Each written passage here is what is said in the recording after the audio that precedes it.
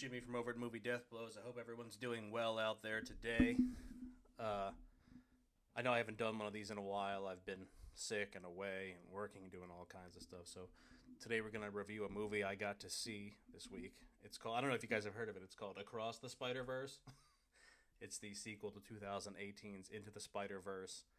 And let me just preface this by saying I wasn't a huge fan of Into the Spider-Verse. I didn't love it as much as everybody else did. So coming into the sequel, Across the Spider-Verse, I don't know what I was expecting, but I know I wasn't expecting to love this movie. And after the movie was over, I was proven totally wrong. I thought this movie was phenomenal.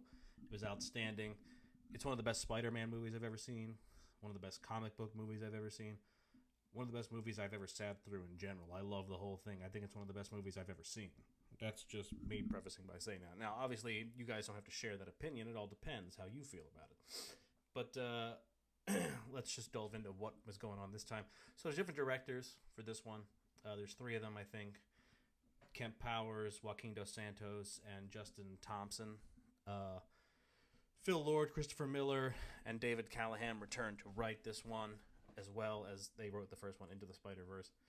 So I mean, we got to see some really cool things. And one second, Shameik Moore returns as Miles Morales. I'm not a huge fan of Miles Morales. Like, I don't love him the way everybody else does. Like, I grew up with Peter Parker. He was my Spider-Man, so I'm all about Peter Parker movies. But I mean, Miles is a fantastic character, especially in these types of movies. Hailee Steinfeld returns as Gwen Stacy. She's phenomenal in this role. I don't really think Hailee's ever done a bad movie or been, even turned into bad performance at that point. Maybe Pitch Perfect too, but that's not her fault. Das Sound Machine was robbed in that movie, but that's a different story for a different day. Jason Schwartzman returns as Jonathan on the Spot. He's the main villain of this movie. And not to give anything away, but you know anything about the Spot, he can throw dots and basically step through them, and if he threw one at the wall, he could punch through the wall basically. So that's what his powers are at that point. Nicolas Cage and John Mulaney don't return in this movie as Spider-Man Noir and Spider-Pig, but I have a future we're going to see them in the third movie, Beyond the Spider-Verse. We'll just have to wait and see how that turns out. There are some really cool moments and audience pleasing moments that got a lot of oohs and ahs and applauds. There's some really cool and fun cameos and ways they can go in this, in the future with these. And there are some really fun cameos and stuff that does happen in here, but we're not going to give any spoilers away about anything like that.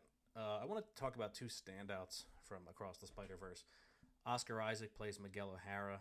He's an Irish-Mexican Spider-Man, half vampire Spider-Man from, I think, Earth 2099 or something along those lines.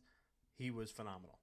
And I know you can't get, acting award nominations for doing voice stuff and animated stuff, or else Scarlett Johansson probably would have been nominated for her years ago. But if I would be nominating Oscar for every possible acting award he could get for this performance. Not, like I said, not that he's going to, because you can't, but he is incredible as Miguel O'Hara. He's one of the most compelling Spider-Man characters I think we've ever seen put to animation or film. He's a very dark and gritty and tortured Spider-Man, and the half vampire aspect adds some cool stuff to it. So I mean, I honestly want to see what you guys think about it, because I thought he was phenomenal in it. Academy Award winner Daniel Kaluuya is in this movie as Hobart Hopi Brown's punk Spider-Man.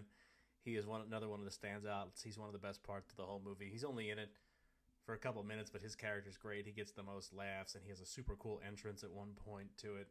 It's really fun to see him, and I really hope we get to see Daniel come back for Beyond the Spider-Verse. But, we'll have to wait and see, because, Into the Spider-Verse came out in 2018. We're here in 2023 for Across the Spider-Verse, so 5 years later. So we're probably not going to be seeing Beyond the Spider-Verse for another probably 4 or 5 years, just with the animation alone. And like I said, this is some of the best animation you'll ever see. Sometimes you actually feel like you're actually in this movie with the different universes you get to go to and whatnot. Karan Soni, he plays Spider-Man India. I'm not even going to try to pronounce his character's name, but he was super cool. And I know that's in the action figure line, like the Marvel Legends line that Hasbro does. He wasn't included in it. And I was pretty bummed by that, because I would have totally bought his character, because he was awesome. He plays Dopinder in the Deadpool movies, but he was great.